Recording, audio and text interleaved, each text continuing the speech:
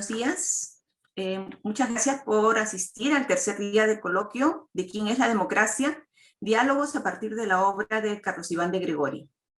En esta sesión presentamos el tercer diálogo, que se centra en el libro La década de la antipolítica, democracia y poder en el Perú del siglo XXI.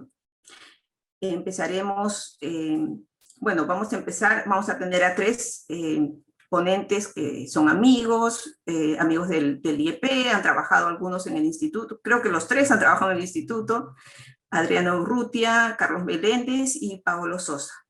Yo quiero comenzar aprovechando que me toca moderar la mesa. Siempre nos queremos y extrañamos mucho la presencia de Carlos Iván, sobre todo en momentos tan complicados como los que a veces vivimos. Creo que esta mirada, tanto de él como de Julio Kotler, creo que nos ayudaba mucho a entender lo que pasaba en el país. Ambos estudiaron antropología también. Carlos Iván se dedicó más a la antropología, Julio a la sociología y a la política, pero ambos tenían una mirada política y una mirada del país. A mí me gusta empezar quizá con este párrafo que también lo mencionó ayer José Luis Renique en la segunda mesa del diálogo, en el libro de La década de la antipolítica, Auge y huida, de Alberto Fujimori y Vladimiro Montesinos. Para que vean que, Carlos Iván no solamente analizaba, sino que también, y sobre todo en los últimos años, quería intervenir, ¿no? De alguna manera, no tener esa mirada, él mismo lo decía, ¿no? No tenía esa mirada tan distante, sino que sentía que necesitaba intervenir.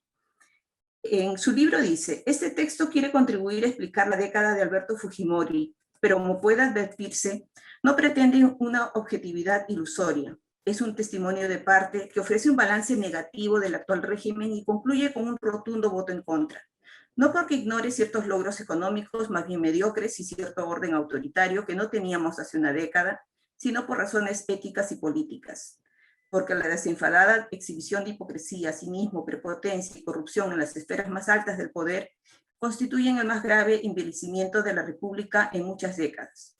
Dominantes y subalternos se construyen mutuamente. En ese sentido es cierto que el gobierno recoge y expresa ciertos rasgos de la nueva cultura peruana, pero en vez de separar la paja del grano y potenciar sus aspectos más vitales, democráticos y solidarios como correspondería a una verdadera élite modernizadora, el fujimorismo concentra y acentúa el lado oscuro de esa nueva cultura y lo lanza de regreso como un rayo de luz negra sobre la sociedad, amenazando con reducir a cenizas lo poco de ética y valores democráticos que todavía nos queda. Con eso, hay mucho por leer realmente. Si ustedes pueden ver las obras de Carlos Iván, los que no las han leído, van a encontrar no solo que escribe muy bien, que eso también lo han destacado varios, sino que tenía ese talento para poner títulos a los libros que todos envidiábamos. Y sin más, no quiero abusar del tiempo, voy a presentar a Adriana Urrutia, que comenzará la sesión. Adriana es politóloga, magíster en política comparada por el Instituto de Estudios Políticos de París, trabajó en el MIDIS como asesora en el despacho ministerial, luego especialista territorial, y también en el Ministerio de Educación como asesora del despacho viceministerial de gestión institucional. Trabajó posteriormente como consultora para varias entidades del Estado y es actualmente directora de la Escuela Profesional de Ciencia Política de la Universidad Antonio Ruiz de Montoya, y acá la tenemos con nosotros. Muchas gracias, Adriana. Muchas gracias, Patti. Un gusto estar aquí con ustedes, que son amigos, y recordando a Carlos Iván. Yo quería compartir con ustedes una pequeña presentación, y tenemos 15 minutos, y mi presentación tiene un título ciertamente ambicioso. No busco responder aquí a todas las preguntas, simplemente plantear como la necesidad de actualizar un poco el concepto que Carlos Iván trabajó, que era de la antipolítica a la exopolítica. Un segundo que tengo aquí, bueno, ya está. Lo que pasa es que tengo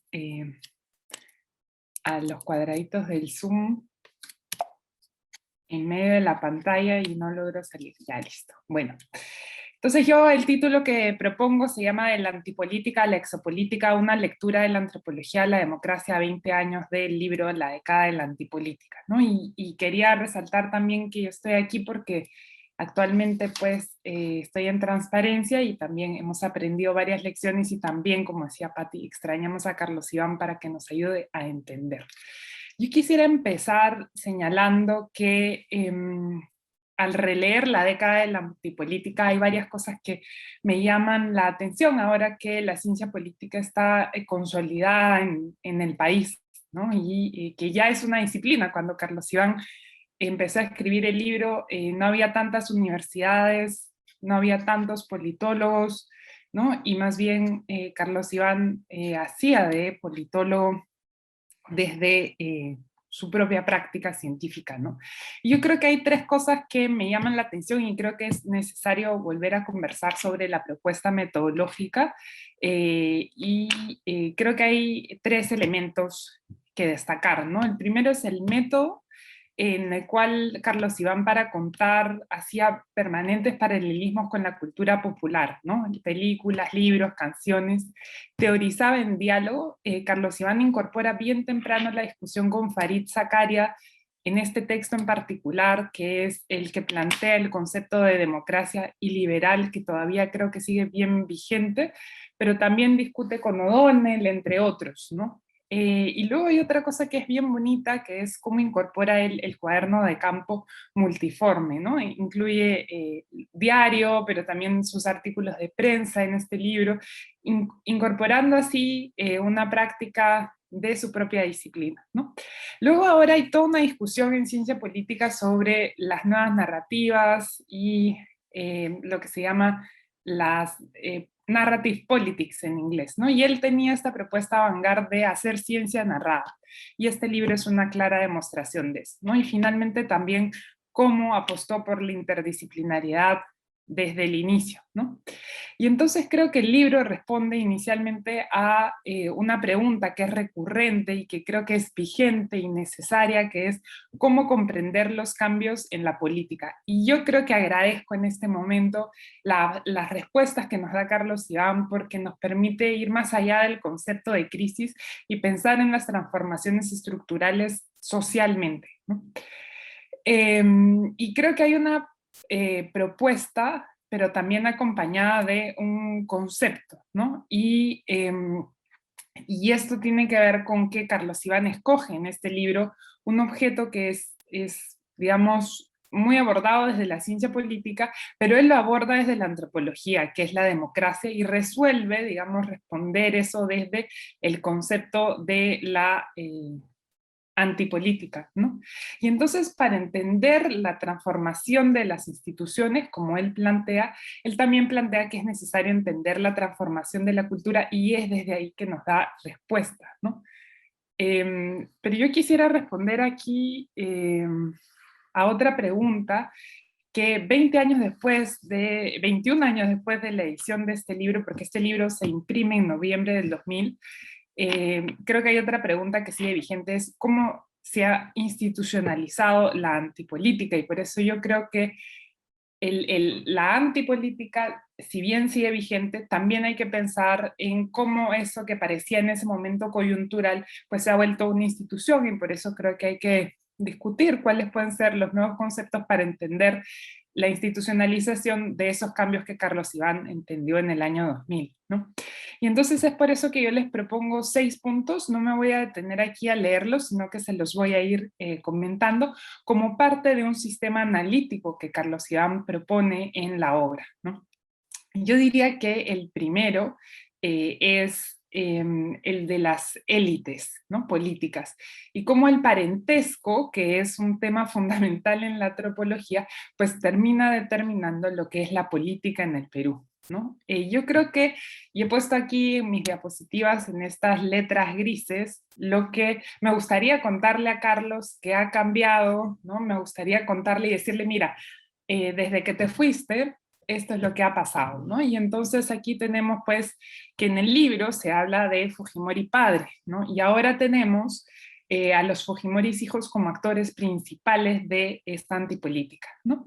La familia es el punto de partida de la comunidad política. Los partidos están configurados por estos lazos familiares, y no solo el Fujimorismo, ¿no? Yo creo que hay otros partidos que hemos visto, Alianza para el Progreso, entre otros, donde padres e hijos pues siguen, digamos, esa linearidad familiar que finalmente ha permitido que se hable de dinastías en política, que se hable de filiaciones familiares en política, y la familia como un núcleo de esta sociedad política, ¿no? Carlos Iván no lo describe, y creo que eso tiene que ver porque el libro pues no había vivido lo que nosotros hemos vivido, y creo que aquí es necesario recuperar este concepto que él plantea desde esta antropología de la democracia, ¿no? Yo creo que esa apuesta por hacer antropología de la democracia, digamos, sigue vigente en el sentido que podemos aproximarnos desde los diferentes conceptos que la antropología plantea, ¿no? Y acá también plantear la necesidad de tener un capital familiar como principal activo para ser competitivo, ¿no? Luego creo que para intentar responder a la pregunta es ¿por qué seguimos, digamos, hablando de democracia en un país que no retribuye derechos a los ciudadanos, que no permite la igualdad de oportunidades para todos, que no, digamos, garantiza posibilidades de desarrollo que se funden, ¿no es cierto?, en reformas estructurales? Y creo que nuevamente la voz de Carlos Iván y su aproximación desde la antropología nos permite hablar de democracia liberal, que es un concepto que él utiliza desde la ciencia política, pero sobre todo creo que esta vigencia de incorporar conceptos nos permite hablar del sistema de creencias democrático, ¿no? Yo creo que la democracia en nuestro país puede ser abordada desde un conjunto de creencias en torno a la representación. Y cómo hemos configurado esta creencia de lo que para nosotros es democrático, convirtiéndola casi en una especie de religión a la cual veneramos, respetamos, nos debemos. Sin embargo, también reposa en ideas, intereses e instituciones que permiten su permanencia, ¿no? Y ahí creo que es fundamental replantearnos esa idea de la democracia como un sistema de creencias y evaluar la tangibilidad de este régimen en términos de ciudadanía, que es otro tema que Carlos Iván abordó, pero eso lo dejo ya más adelante para la discusión. Y entonces creo que como parte de la estructuración de ese sistema de creencias democrático, pues hay algo que es fundamental, que son los rituales electorales, ¿no?, que marcan los tiempos y símbolos de la democracia. Y ahora pensaba que es curioso que Carlos Iván se haya ido en el 2011, ¿no?, año electoral, y lo tengamos que recordar en otro año electoral, ¿no? Y además desde las continuidades en este proceso, ¿no? Digamos, creo que con lo que está sucediendo, en particular en los últimos días, hay un conjunto de continuidades que nos remiten al año 2000 y a ciertos paralelismos y similitudes con el proceso del año 2000, ¿no? Y en ese sentido, creo que para configurar los rituales, pues los políticos, y en particular el fujimorismo, ha construido lo que la antropología llama un conjunto de máscaras, lo que Erving Goffman llama la construcción de fachadas, es decir, dispositivos que permiten ver ciertas identidades políticas que se adecúan en función de los diferentes adversarios, ¿no? Y creo que también aquí se habla de lo que pasaba en las elecciones desde la óptica del gobierno, y creo que una cosa que ya Carlos seguramente explicará más adelante, pero es este antifujimorismo que se ha configurado como fuerza política, ¿no? Y creo que esa es una continuidad que encontramos en las elecciones después del año 2000. Luego, en la década de la antipolítica, Carlos Iván habla del el cuerpo político, que yo creo que es una interpretación de cómo se hace trabajo político, ¿no? Él habla y caracteriza fuertemente este cuerpo como un cuerpo invertebrado e hidrocefálico, ¿no? Y yo creo que lo que es bien interesante aquí recalcar es que la obra que estamos ahora analizando culmina en el año en que Fujimori sale del poder, ¿no? Y luego lo que ha ocurrido es que este cuerpo invertebrado hidrocefálico que estaba en el poder ha tenido que reconfigurarse como una forma de organización partidaria, ¿no? Bueno, yo he hablado de la configuración de una constelación partidaria, pero creo que podemos ahí explorar cómo se ha ido reconfigurando el cuerpo de la política en estos años, y no solo para el fujimorismo, sino también para los diferentes actores, y que es necesario plantearlo así, ¿no? Como la materialización de un trabajo político en una organización. Entonces, ¿qué tipo de organizaciones estamos teniendo? ¿A qué tipo de organizaciones estamos haciendo frente? Creo que es necesario plantearse cómo se materializa y cómo eso tiene una vida orgánica, ¿no? Luego, Carlos Iván habla en el libro de un conjunto o sea, mejor dicho, de la utilización de la memoria, ¿no? Y él tiene una frase que dice, es la primera vez que en el Perú hay un gobierno que no elabora cosas sobre el pasado, ¿no? Y creo que lo que ha pasado más bien después que ese movimiento haya dejado de ser gobierno, es que el partido que se intenta construir, la constelación partidaria que se intenta construir, al contrario, capitalice sobre ese pasado que ocurrió mientras se era gobierno. Entonces, eso también creo que me gustaría decirle a Carlos Iván, ¿no? Cómo se han tejido y diseñado un conjunto de dispositivos de memoria propios sobre esa década de la antipolítica que es necesario ver, y cómo esos dispositivos están vinculados a emociones que ya se identificaban en el año 2000, ¿no? Cuando hablamos del miedo futuro y de emboscada de 28 de julio, podemos perfectamente restaurarlo en la coyuntura actual que estamos viviendo, ¿no? Y luego, creo que hay en el fondo, y yo creo que hay una discusión que es bien vigente, interesante y necesaria de seguir, es cómo vinculamos la nación, y sobre todo esta permanente preocupación que tenía Carlos Iván de responder y hablar de las identidades y la cultura en democracia, ¿no? Y él, este libro llega al final de una discusión que entiendo era bien vigente, que era la discusión sobre lo popular, ¿no? Entendiendo lo popular como la apropiación cultural de las diferencias sociales. Mientras que nosotros ahora pues tenemos vigente solo una, digamos, sí, segmentación social basada en características y criterios socioeconómicos, y por eso hablamos de A, B, C, D, ¿no?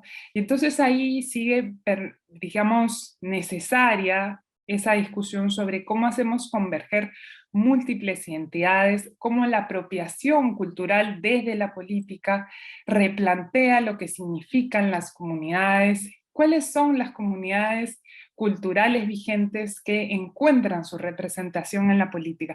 Y creo que esa discusión tenemos que abordarla y tenemos que multiplicar la investigación en torno a ella, porque la ausencia de Carlos Iván creo que se siente precisamente porque nos faltan miradas que desde la cultura como sistema, ¿no?, que contribuye a este sistema de creencia democrático, nos permitan aportar respuestas a las preferencias electorales, ¿no? Y para ya terminar, quería hablar finalmente de las parainstituciones, ¿no? Cómo cuando el libro explora la corrupción tiene cierta forma, y cómo la morfología de la corrupción ha ido evolucionando a lo largo de estos 20 años, ¿no? Y ha constituido un andamiaje institucional específico, ha replanteado las dinámicas de la democracia desde este gobierno fuera del Ejecutivo, ¿no? Que preocupa, digamos, en la próxima configuración legislativa, y cómo aparecen nuevos actores, no necesariamente del campo político, sino fuera de él, que de todas maneras terminan afectando este campo político, ¿no? Y entonces creo que esas prácticas políticas y esas instituciones democráticas pues terminan, sí, afectando la sobrevivencia democrática, ¿no? Entonces la exopolítica, y no pretendo aquí, digamos, acuñar un término, simplemente plantearlo como necesidad, ¿no es cierto?, de a partir de estas prácticas para hacer ciencia social que Carlos Iván planteó desde un inicio, cómo nosotros tenemos que incorporar esas preguntas, incorporar ese tipo de datos para reconceptualizar lo que nos está ocurriendo como país, ¿no? Y entonces creo que la exopolítica permite hablar de una política fuera de la política fuera de una vida partidaria, la política fuera de estos intereses ciudadanos, y es un momento crítico para comprender lo que el cambio significa, pero desde la cultura como componente para la sobrevivencia democrática, ¿no? Y yo quería al final compartir la última foto que tengo con Carlos Iván, donde me preguntaba sobre mi tesis de maestría cuando yo hacía trabajo de campo con el Fujimorismo, ¿no? Y entonces me hacía un montón de preguntas y bueno, he querido compartirlas. Así que muchísimas gracias, espero haber cumplido con el tiempo, Patti. Está perfecto, Adriana. Muchísimas gracias por tu intervención y por hacer esta conversación, digamos, después de 10 años con todo lo que ha pasado, contándole a Carlos y, claro, esperando, como siempre, su respuesta, pero excelente. Ahora va a exponer Carlos Meléndez, también por 15 minutos. Carlos es doctor en Ciencia Política por la Universidad de Notre Dame, es académico de la Universidad Diego Portales de Chile, e investigador postdoctoral del Centro de Estudios de Conflicto y Cohesión Social, COES. Es socio director de 50+1, grupo de análisis político en Perú. Es columnista de La Tercera, en Chile. Y es coautor con Carlos Iván de El nacimiento de los Sotorongos, el Congreso de la República durante los gobiernos de Alberto Fujimori, 1990 y 2000.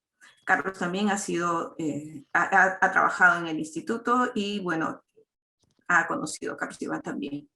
Muchas gracias por estar aquí, Carlos. No, muchísimas gracias al IEP por la invitación, y efectivamente tuve el privilegio de trabajar con Carlos Iván. Fui asistente de investigación y logramos llevar adelante ese libro de El nacimiento de los Sotorongos, que es de algún modo la continuación de las líneas que él trabaja inicialmente en la década de la antipolítica. Efectivamente, cuando llego al IEP, pues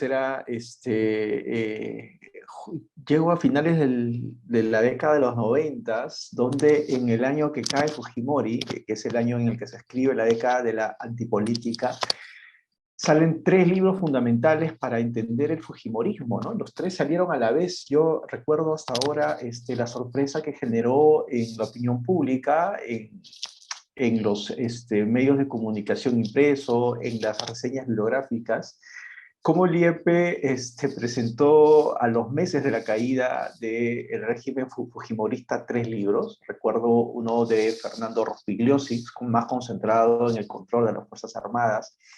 Este dúo que hacen Julio Kotler con Romeo Grompone para hablar del fujimorismo más en clave de sociología política.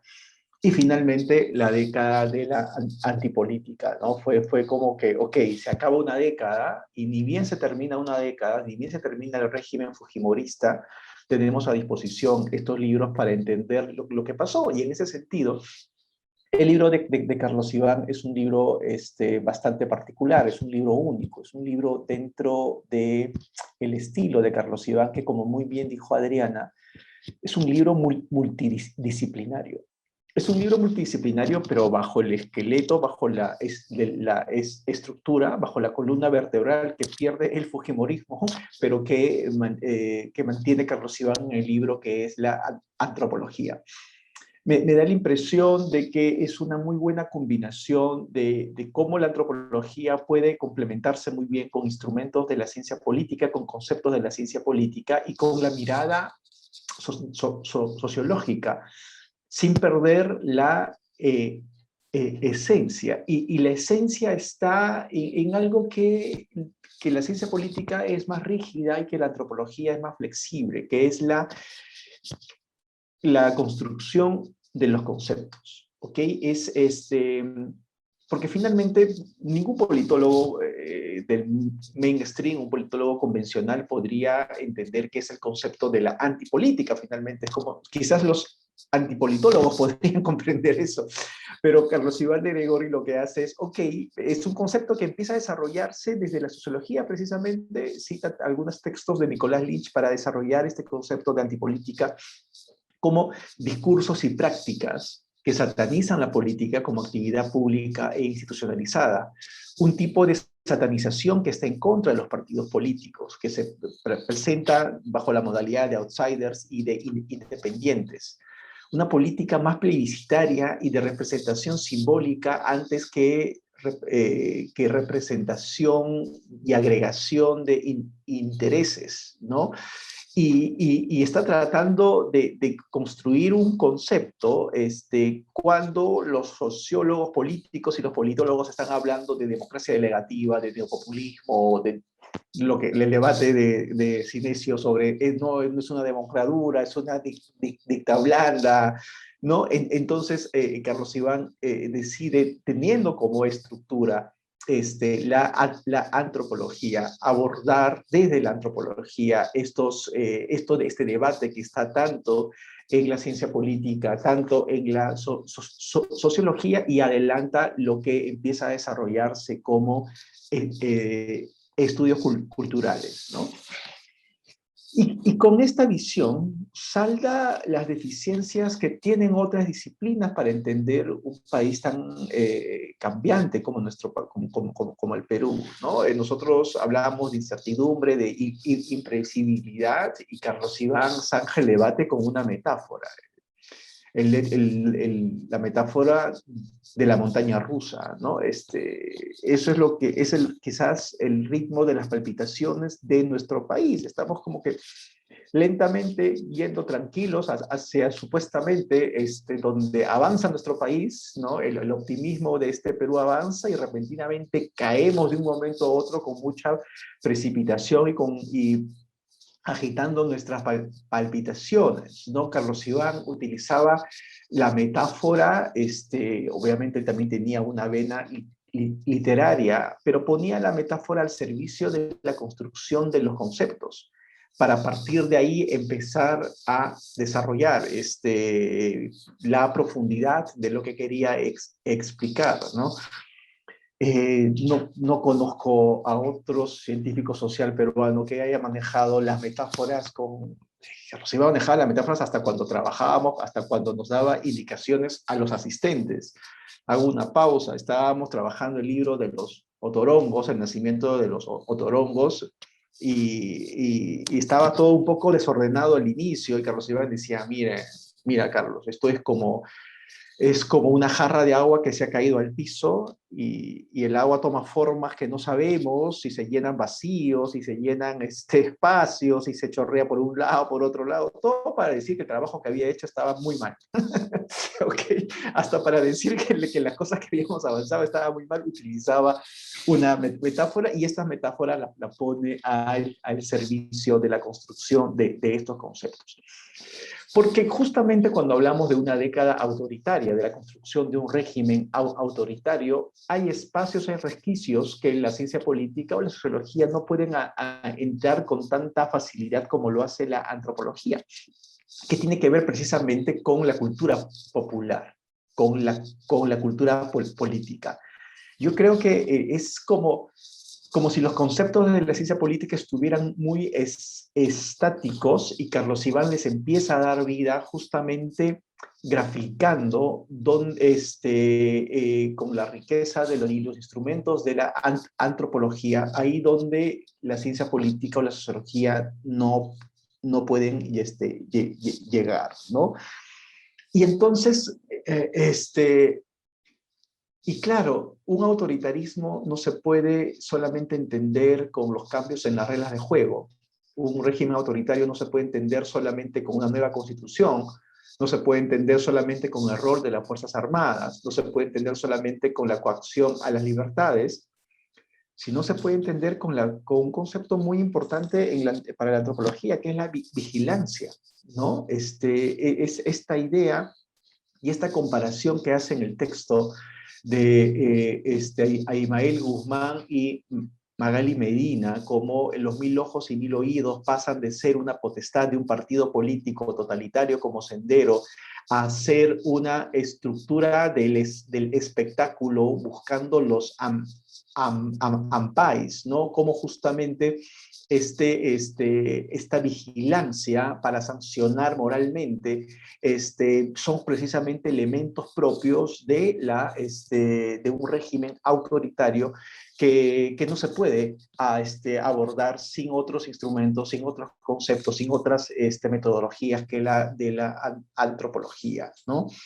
Entonces, justamente cuando la política empieza a tener este rol de espectacularización, cuando la política no se hace en las deliberaciones de un congreso tomado por una mayoría fujimorista, sino se hace en los talk shows, y se hacen en los talk shows de Laura Bozzo. De hecho, recuerda algunas frases de las movilizaciones estudiantiles como Montesinos y Laura Bozzo al mismo calabozo. Entonces, Carlos Iván dice, ok, hay otros espacios de deliberación controlados precisamente por la mentalidad autoritaria, que no tienen que ver con los espacios de liberación de la democracia, sino tienen que ver con los espacios de la deliberación del espectáculo, utilizando el humor popular para legitimar ante la cultura política estos arrebatos autoritarios y este régimen autoritario que va construyendo el fujimorismo.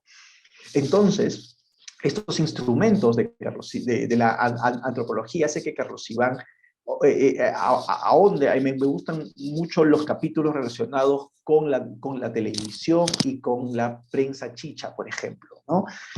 Esta comparación que hace, ustedes saben, parte del fujimorismo clásico, tenía como objetivo estigmatizar a los políticos tradicionales, que eran los políticos del pasado, ¿no? Y esta sexualización del enemigo es un dato que Carlos Iván lo detalla muy, muy, muy bien, ¿no? El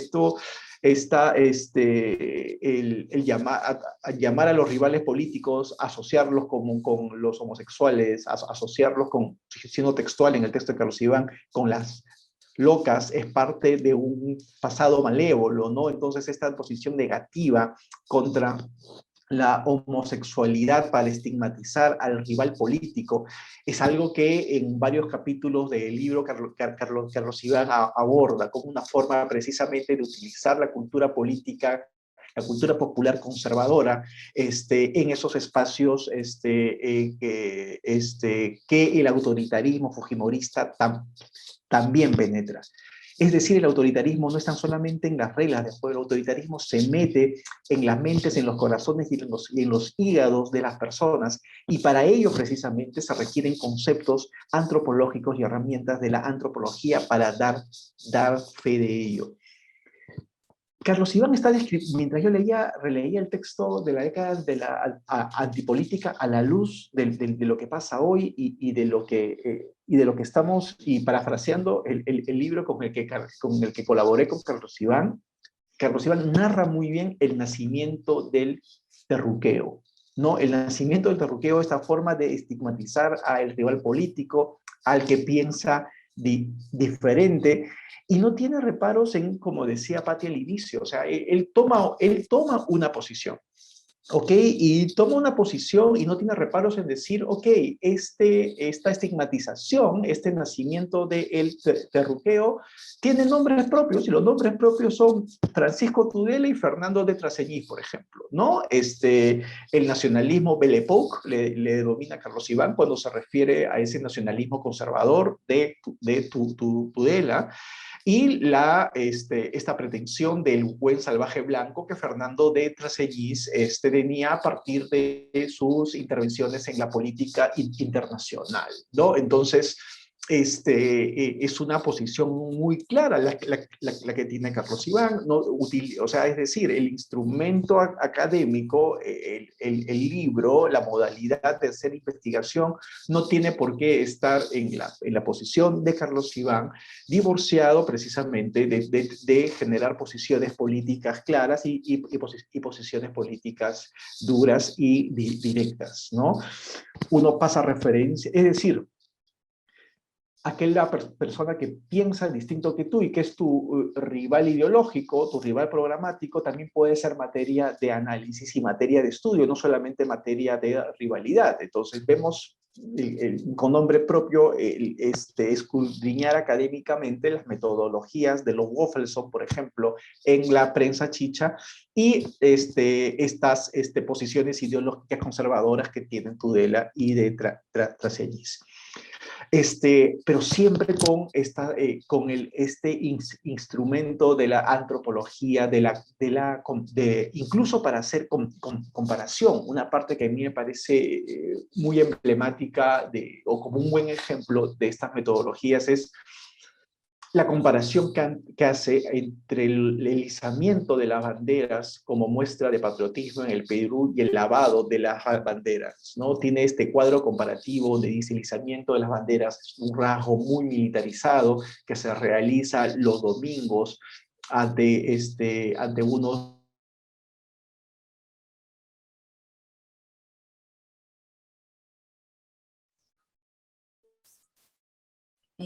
Carlos, no, yo te he perdido, no sé si soy yo. Sí, lo hemos perdido. Hola, Sí. Ahora hola, sí. hola, volví. Sí. Creo que volví. Sí. Pasó un helicóptero. Pasó un helicóptero. En serio, sí, pasa a veces.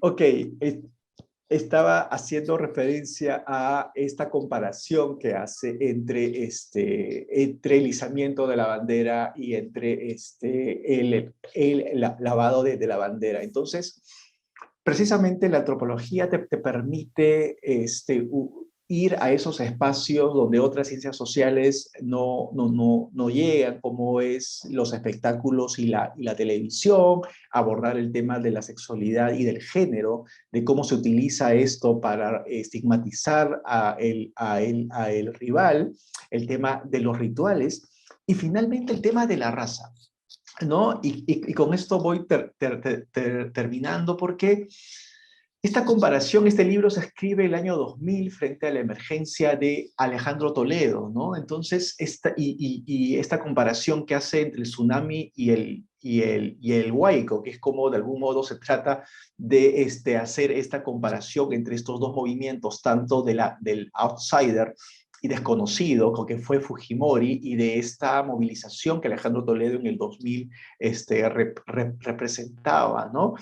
Entonces, esta forma de describir la emergencia de Alejandro Toledo como un liderazgo propio de la democratización del país, del más vale que se enfrenta a una suerte de más vale cholo conocido, chino conocido que cholo por conocer, me hace referencia a lo que estamos viviendo hoy día en el Perú, ¿no? Precisamente esta comparación, lo decía Adriana como cuando decía que Carlos Iván, bueno, nos deja el año 2011, pero el libro se termina de escribir entre el año 2000 y 2001, también en una coyuntura electoral, y 20 años después tenemos tenemos por un lado la lógica del mal menor instalada, ya institucionalizada en nuestro país, pero en esa época lo veíamos todavía como que incipiente, en este discurso que Carlos Iván analiza de más vale chino conocido que cholo por conocer, quizás puede aplicarse tal cual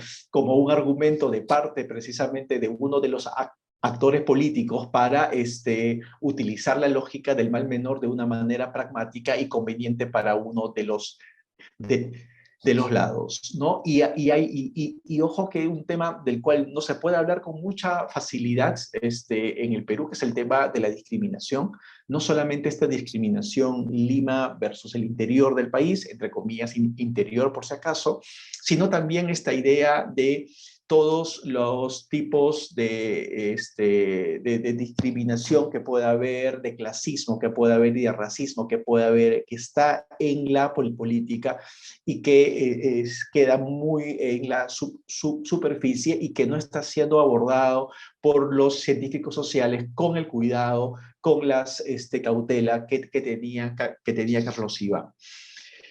Para finalizar, lo que quiero subrayar es, estamos ante un libro de antropología política. Estamos ante un libro de antropología política que utiliza los instrumentos, los conceptos de la ciencia política, de la sociología, bajo la columna vertebral de la antropología, en la comparación, en la descripción, en el estilo de las notas de campo, pero también en llegar a esos espacios donde las ciencias sociales más esquemáticas no logran. Y lo hace con rigurosidad, lo hace con método. No lo hace solamente con, si bien es cierto que Iván tenía un estilo narrativo bastante de crónica, bastante periodístico, lo hace con una rigurosidad propias de la antropología. Y bueno, este es un libro, yo creo, fundamental para un libro de antropología política contemporánea. No estamos ante un libro de antropología que busca en algunos espacios no occidentales, sino precisamente utiliza los instrumentos de la antropología para ver lo que está pasando en la misma capital de la República y entender cuáles son esas otras caras del autoritarismo que no logramos ver desde la ciencia política o desde la sociología. Gracias. Muchas gracias, Carlos. Gracias por tu intervención. Voy a pasar más rápido a Paolo para que podamos tener más tiempo. Paolo, bueno, también fue asistente de investigación del IEP, o sea, asistente de Julio Cotre específicamente. Es estudiante doctoral en el Departamento de Ciencia Política de University of British Columbia y es investigador afiliado del Instituto de Estudios Peruanos. Actualmente es coordinador de país en el proyecto Varieties of Democracy, VIDEM, que tiene varios datos comparativos de democracia a nivel mundial, y ha sido Fox International Fellow entre el 2019 y 2020 en Yale University. Bueno, Paolo, bienvenido. Muchas gracias, Patricia, por la invitación y un gusto compartir este panel con Carlos y Adriana y además reflexionar sobre este libro. Y permítanme empezar con un cliché que es clásico y vigente, ¿no? Y además es un libro importante porque está escrito y está pensado para conectar rápidamente con el lector y hace uso, además, para ello de la cultura popular de una forma extraordinaria, dándole un humor, además, que contrasta por momentos, aunque sin ser disruptivo, con el tema que está estudiando, ¿no? Este gobierno autoritario, que no solamente tiene pues un ala corrupta, sino que además está involucrado pues en violaciones a derechos humanos, pero digamos este enfoque hace que digamos para el lector el texto se haga más fácil de digerir y las ideas sean más claras y queden digamos en la memoria. Concretamente, concuerdo con las caracterizaciones que han hecho Carlos y Adriana. Es un análisis de la política en sus altas esferas, pero desde una mirada que prioriza lo relacional, ¿no? Con un alto contenido, más bien en el análisis simbólico de esas relaciones, antes que de las instituciones en sí mismas. Y no solo se analiza, digamos, lo que se hace o lo que se dice desde estas esferas, sino sobre todo cómo se hace y cómo se dice, o para ponerlo, digamos, en términos más comunes, particularmente cómo se performa, digamos, desde el poder, y que además habría que resaltarlo, es una perspectiva que los estudios sobre el populismo han empezado a explorar desde la ciencia política en las últimas décadas, sobre todo, digamos, con el auge pues, de estos populistas muy vocales, ¿no? Entonces, ahí hay una mirada que busca entender, un poco para seguir con el lenguaje teatral, no solo a los actores en escena que están performando, sino también el libreto, pero también, digamos, al dramaturgo y sobre todo al staff que está tras bambalinas y que hace posible aquello que nosotros vemos en el escenario. Entonces, es un análisis necesario, que no reemplaza necesariamente a otros más históricos o politológicos, sino que los enriquece, entendiendo mejor algunas de las dinámicas que se escapan del radar de estas otras disciplinas.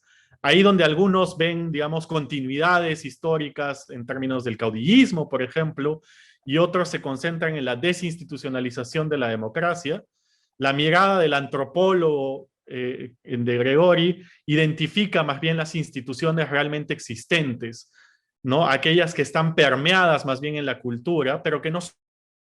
Bueno, mientras Pablo regresa, le voy a mandar un mensaje.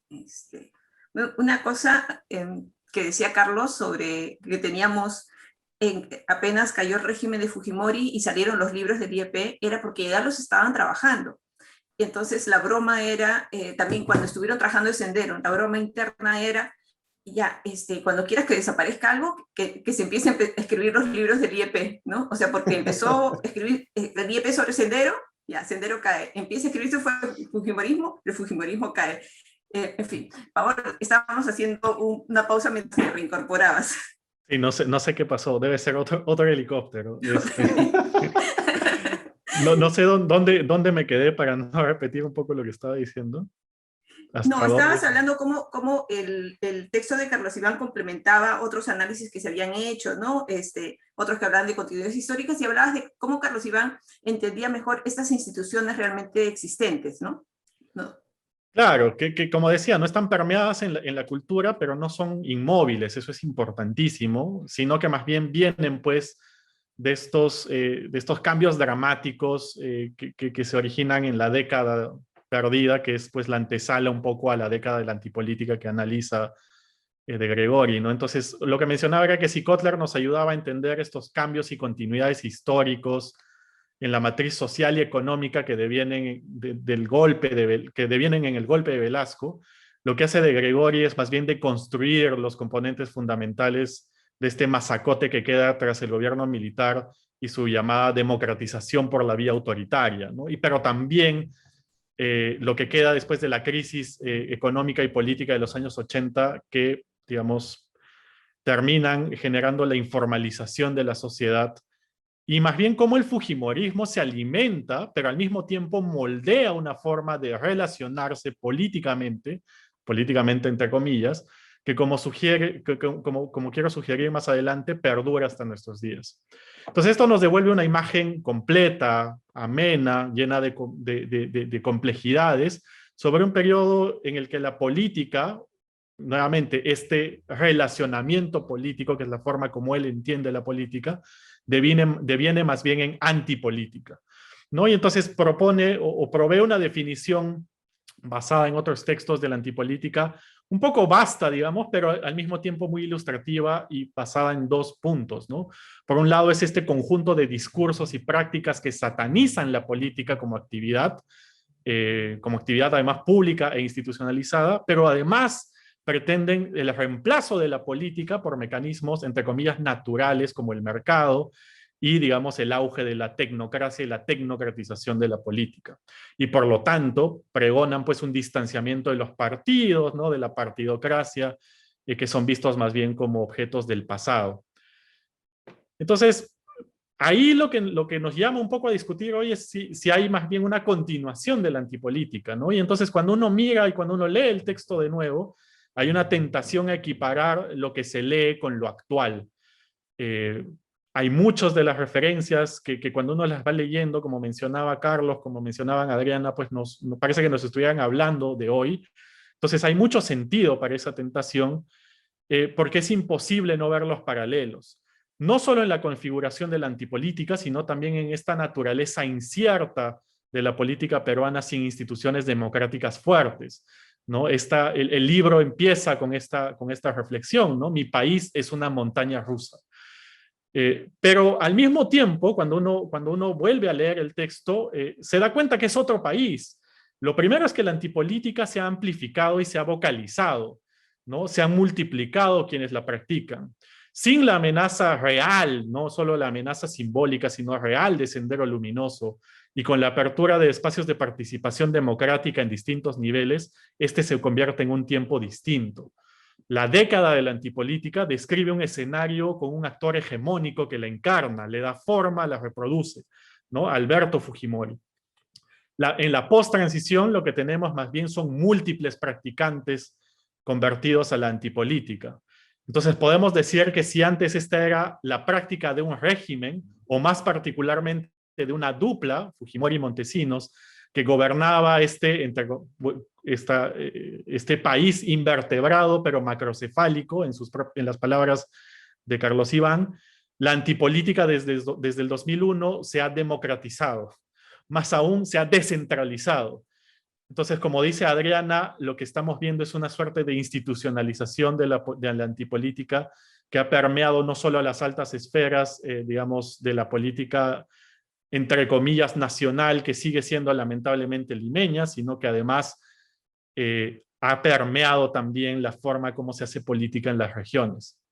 Entonces, para decirlo nuevamente en la clave de Julio Kotler sobre la oligarquía, para hacer este paralelo con el trabajo de Gregori, lo que hay es una tendencia antipolítica sin coalición hegemónica que la practique de forma autoritaria.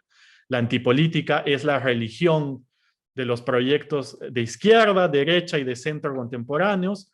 Lo hemos visto hasta el hartazgo en los últimos 5 años y en estas elecciones. Aquellas propuestas que aparentemente son institucionalistas echan mano también del desprestigio de la política para avanzar sus, entre comillas, populismos de centro.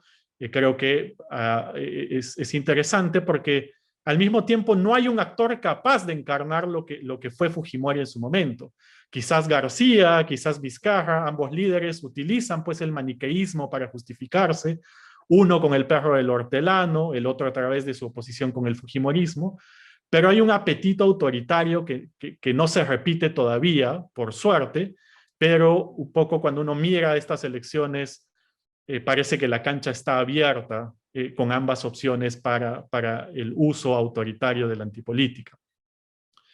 Entonces, además, hace eco con la segunda característica, con la segunda parte de la definición que tiene que ver con esta tecnocratización. En general, todos los gobiernos desde la transición han compartido esta obsesión por lo técnico, ¿no? Los avances de reformas que han sido importantes en algunos casos en distintos sectores, lejos de apoyarse en la política, es decir, en la formación de coaliciones para que las soporten, la construcción de consensos partidarios o sociales amplios que ayuden a su implementación, lo que han hecho más bien ha sido echar mano de la antipolítica, ¿no? Por un lado, está en este discurso los técnicos, buenos promotores del desarrollo, y por otro, los políticos con sus intereses particulares, aunque claro, también es cierto que la realidad beneficia pues esta dicotomía, ¿no? Entonces, para terminar un poco esta primera intervención, lo que me queda un poco de esta reflexión sobre esta continuidad de la antipolítica es que esta estabilidad democrática que estábamos celebrando tan, digamos, vocalmente en los últimos años ha sido más bien continuidad, ¿no? Esta continuidad en un marco de un equilibrio de baja intensidad de un país antipolítico hasta la médula. No es como mencionaba en su momento de Gregori, un fujimorismo sin Fujimori, porque no hay autoritarismo centralizado, pero sí una continuidad en la forma de relacionarnos políticamente y en la forma en la que se performa una vez que estos políticos acceden al Estado. Muchas gracias, Paolo. Adelante van a tener cada uno 5 minutos para cerrar la mesa. Una de las cosas que nos preocupa, me preocupa a mí también por el tema de lo que es nuestra cultura política, lo que es la democracia. Creo que el compromiso de democracia lo tenemos todos, pero ¿cómo repensar la política hacia adelante? ¿Cómo hacer, los tres han coincidido, yo coincido, ¿no? Esta década de la antipolítica, o sea, continúa, está muy metida entre nosotros. Y no sé si incluso esta campaña está reafirmando un poco más que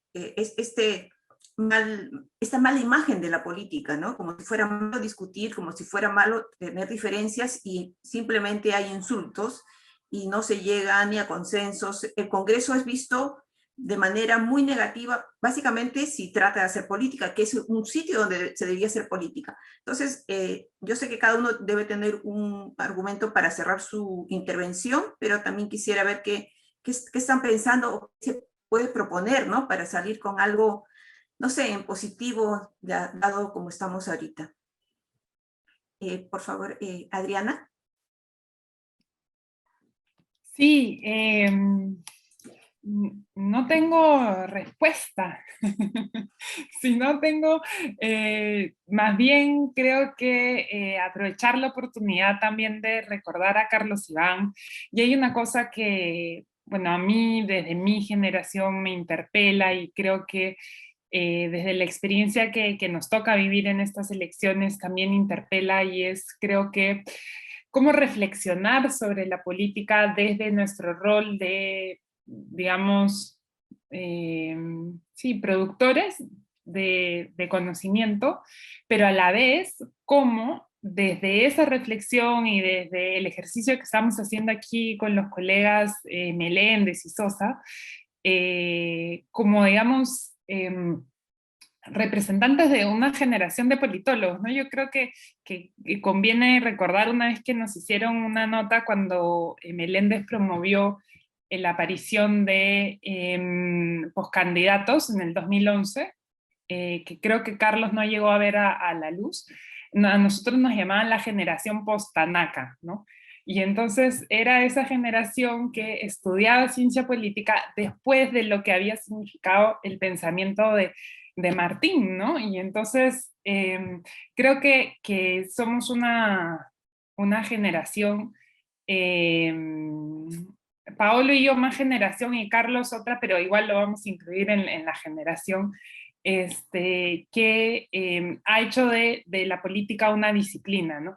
Y sin embargo es también una generación, y por eso partía mi reflexión sobre la praxis de Carlos Iván, que dejó la política. O sea, nosotros no hemos militado en partidos, nosotros no hemos hecho política universitaria, y entonces creo que es un momento para reflexionar, o en todo caso a mí me interpela mucho la pregunta, cómo desde la producción de conocimiento sobre la política también tenemos que actuar, ¿no? Y Carlos Iván se preocupó mucho por eso y tuvo como desde su rol de intelectual, digamos, varias respuestas a cuál podía ser una praxis desde el conocimiento que contribuyera a la formación y al fortalecimiento de la democracia, ¿no?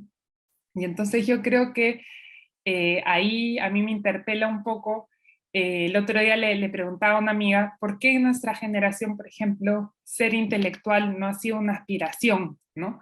Digamos, o no tan reafirmada como lo puede haber sido en otras generaciones. No sé si es así, en todo caso yo me hago esas preguntas y quiero compartirlas aquí, ¿no? Entonces, el rol del intelectual, que creo que también tiene que ver con esto que el intelectual vinculado a un partido, ¿no? Y también como desde eso, ¿no? Y desde cómo nuestra praxis, sí, contribuye al fortalecimiento de la democracia. Y entonces, nada, creo que son más preguntas que me hago, y creo que en este momento en que, o sea, nosotros analizamos la antipolítica y tal, pero creo que la pregunta que se plantea es ¿qué vamos a hacer? O sea, sabemos describir las crisis de la democracia, pero no estamos respondiendo a qué vamos a hacer para resolverlas, ¿no? Y entonces a mí me parece claro que todo esto que creo que ha sido bien bonito, como Carlos, Paolo han recordado a Julio Kotler, ¿no? El trabajo de Romeo Grompone, que han descrito perfectamente y de manera muy necesaria para el país el colapso del sistema de partidos, pero yo me hago la pregunta si nos toca a nosotros no solo hablar del colapso del sistema de partidos, no solo describir frente a qué estamos si no son partidos, porque finalmente igual siguen siendo competitivos electoralmente, sino también replantear la necesidad de reconstruir esa representación en el marco de un sistema democrático, y además también desde nuestra lectura de lo que nos pasa como sociedad, contribuir a que la sociedad se comprenda para comprender esa necesidad de restituir la política, ¿no? O sea, en antipolítica también hay como anti algo, ¿no? Y entonces Carlos tiene ahí respuestas desde cómo el antifujimorismo o los antis también son expresiones políticas, pero no dejan de ser expresiones sin identidad, ¿no? Y entonces, ¿cómo recuperamos, y creo que en la línea de lo que Carlos Iván reflexionaba, cómo recuperamos identidades que nos vuelvan a traer una identificación política en positivo que nos permita fortalecer la democracia, y cómo nosotros también desde científicos sociales y politólogos, desde nuestra generación también tenemos un rol que jugar, no solo en explicar lo que nos está pasando, sino en dar pistas para poder encontrar caminos para no perder la democracia en un contexto que, como decía Paolo, pues parece que es bien evidente que está en peligro, ¿no? Eso. Muchas gracias, Adriana. Carlos. Sí, cuando Carlos Iván nos dejó, escribí una columna que creo que más o menos es la respuesta a que ejemplifique, que graficaba a Carlos Iván un poco con respeto y con homenaje, con bastante respeto y con bastante homenaje a su trabajo, que se llamaba Qué difícil es ser Carlos Iván, ¿no? Entonces, efectivamente, Carlos Iván podía, si bien es cierto, se alejó de la militancia política, no dejó de preocuparse por la política, por influir políticamente, ¿no? Por cierto, hay muchas referencias al trabajo de transparencia en el libro, de la década de la antipolítica, por ejemplo. Entonces, ahora que vivimos la normalización de la antipolítica, creo que el principal trabajo que podemos hacer los académicos, a mí siempre me incomodó un poco el término intelectual, prefiero utilizar el término de académico, es profundizar y levantar, poner la luz sobre procesos y fenómenos y hechos sociales y hechos políticos que están obstaculizando el desarrollo de una nación donde tengamos cabida todos, ¿no? Eh,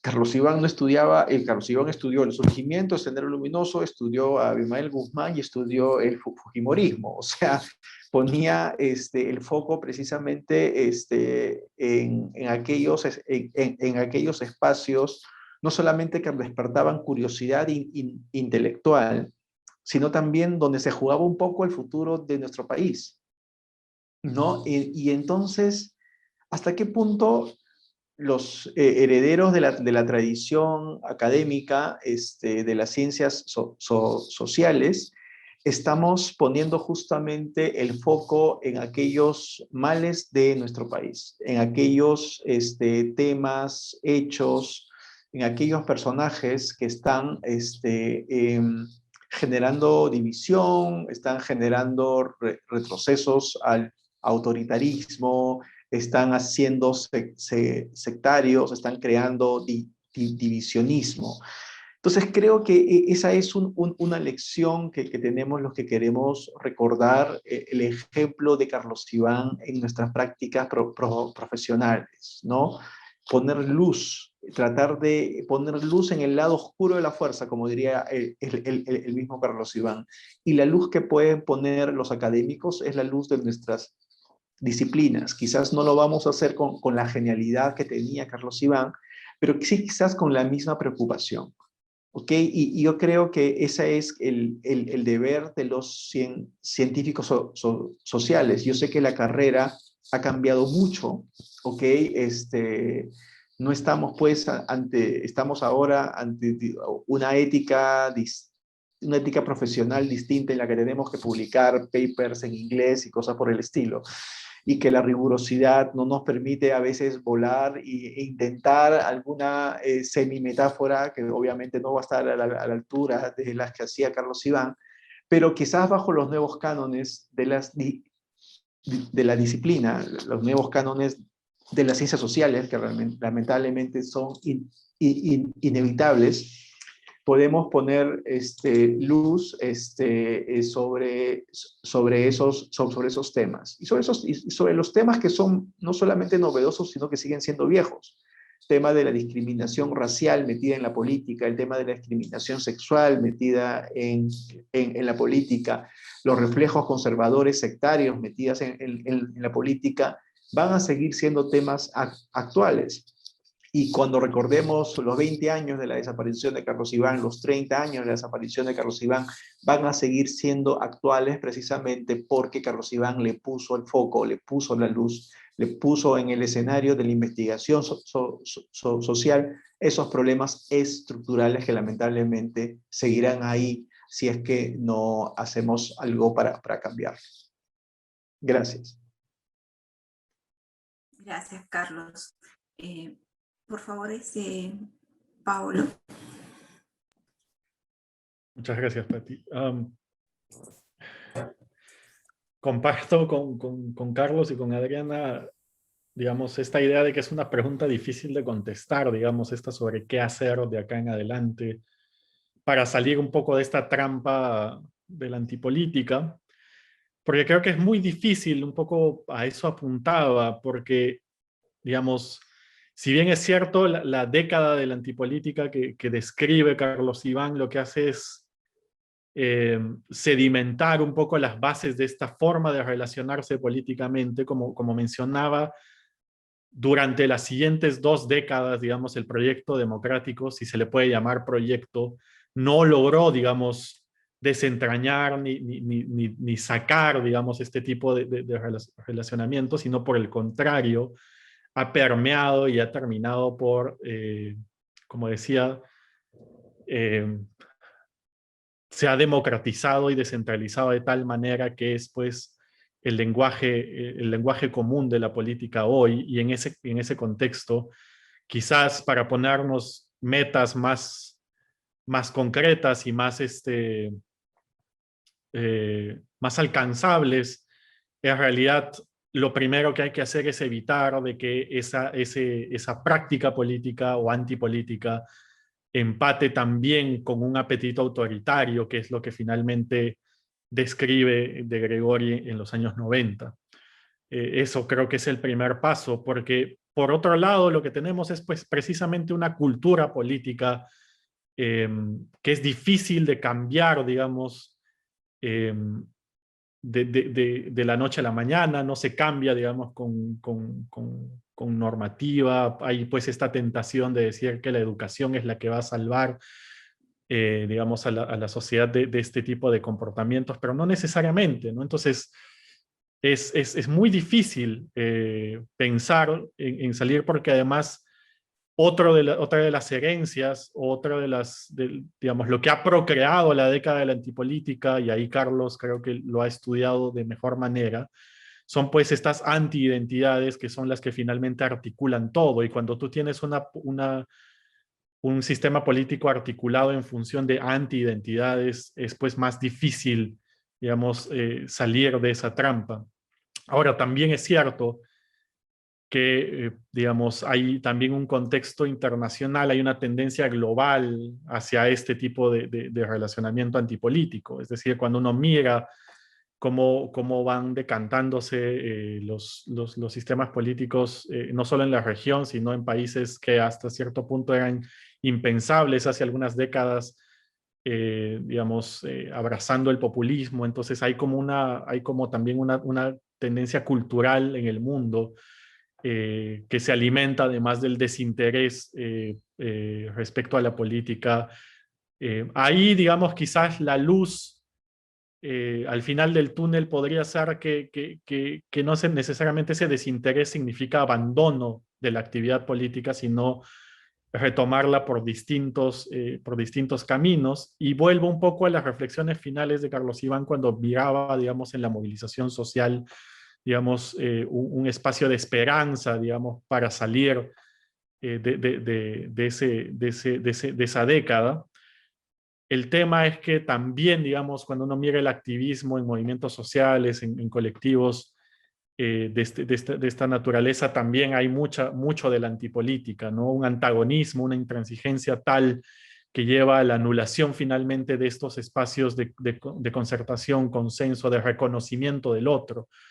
En una reflexión más teórica y profunda, Carlos Iván habla, pues, de la construcción de enemigos, ahí donde la política se cimenta en la construcción de enemigos con los cuales hay diferencias irreconciliables.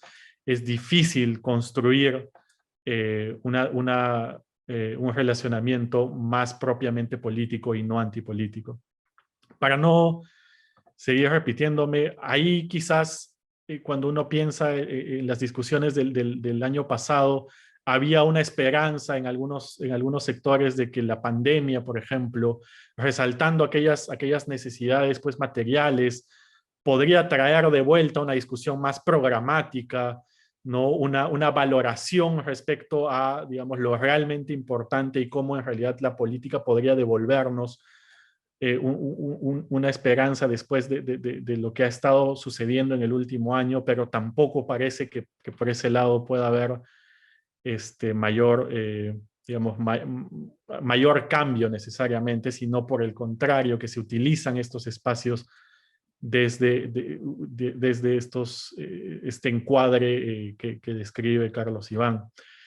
Y entonces, para terminar, ahí quizás lo que mencionan tanto Adriana y Carlos es importante, porque ahí también hay un rol del oficio del científico social, digamos, desde el punto de vista más académico, que es tratar siempre de iluminar pues estas relaciones y esperar que eventualmente podamos no solamente describir digamos, lo negativo y este descalabro, sino que además podamos describir procesos de acumulación, procesos de reconstrucción de una esfera política. Pero cuando volví a leer, digamos, el texto para este seminario, es cierto que lo que te deja es pues una mirada muy pesimista, a pesar de que el autor quiere inyectarle optimismo al final, y entonces no ayuda tampoco el contexto en el cual estamos, no solo con la pandemia, sino con la crisis política, y además con el nivel de polarización que está alcanzando pues esta elección, ¿no? Gracias, Paulo. Efectivamente, yo quería como que salir un poco yo también cuando lo he vuelto a releer el libro, me he sentido ese pesimismo, aunque a ratos me alegraba a ciertas referencias que hacía Carlos Iván, porque me hacía recordar cómo él escuchaba a los jóvenes, a los alumnos, cómo veía su entorno, ¿no? Las referencias que hace a Trantor, ¿no? El planeta del que habla Isaac Asimov, ¿no? O sus referencias noventeras a Munra, ¿no? A los Thundercats, ese tipo de cosas. O sea, yo las leía y me reía porque, sí, pues esas bromas, esas cosas hacía Carlos Iván. Entonces, eso, yo sé que el libro es muy actual, nos trae un montón de cosas que nos hacen reflexionar, todavía está pendiente. Yo no sé si en nuestro papel creo que hay toda una idea de lo del intelectual, el académico, que cada uno creo que después de varias generaciones lo va tomando de otra manera, pero efectivamente, ¿no? Estudiar lo que está pasando sin mucha antiojera, que creo que es uno de los problemas que tenemos desde Lima, ¿no? Que todos con estos cámaras de eco que parece que haber en Twitter, en Facebook, ¿no? No entienden por qué pasan las cosas. Creo que nos falta un poquito esa mirada un poquito más abierta, más amplia, esa mirada interdisciplinaria que creo que caracteriza al IEP, pero especialmente a Carlos Iván. Les agradezco a Carlos Meléndez, a Adriano Urrutia, a Pablo Sosa, son amigos del IEP, han trabajado en el IEP, son amigos nuestros, y creo que ha sido una mesa muy linda, muy simpática, y bueno, también los invito por favor a la siguiente mesa del coloquio, que va a ser a las 11 de la mañana, nuevamente con un título bonito como escribía Carlos Iván, ¿no? Nuestros hondos y mortales desencuentros, memoria, ciudadanía y derechos. A las 11 nuevamente los esperamos en el coloquio. Muchas gracias.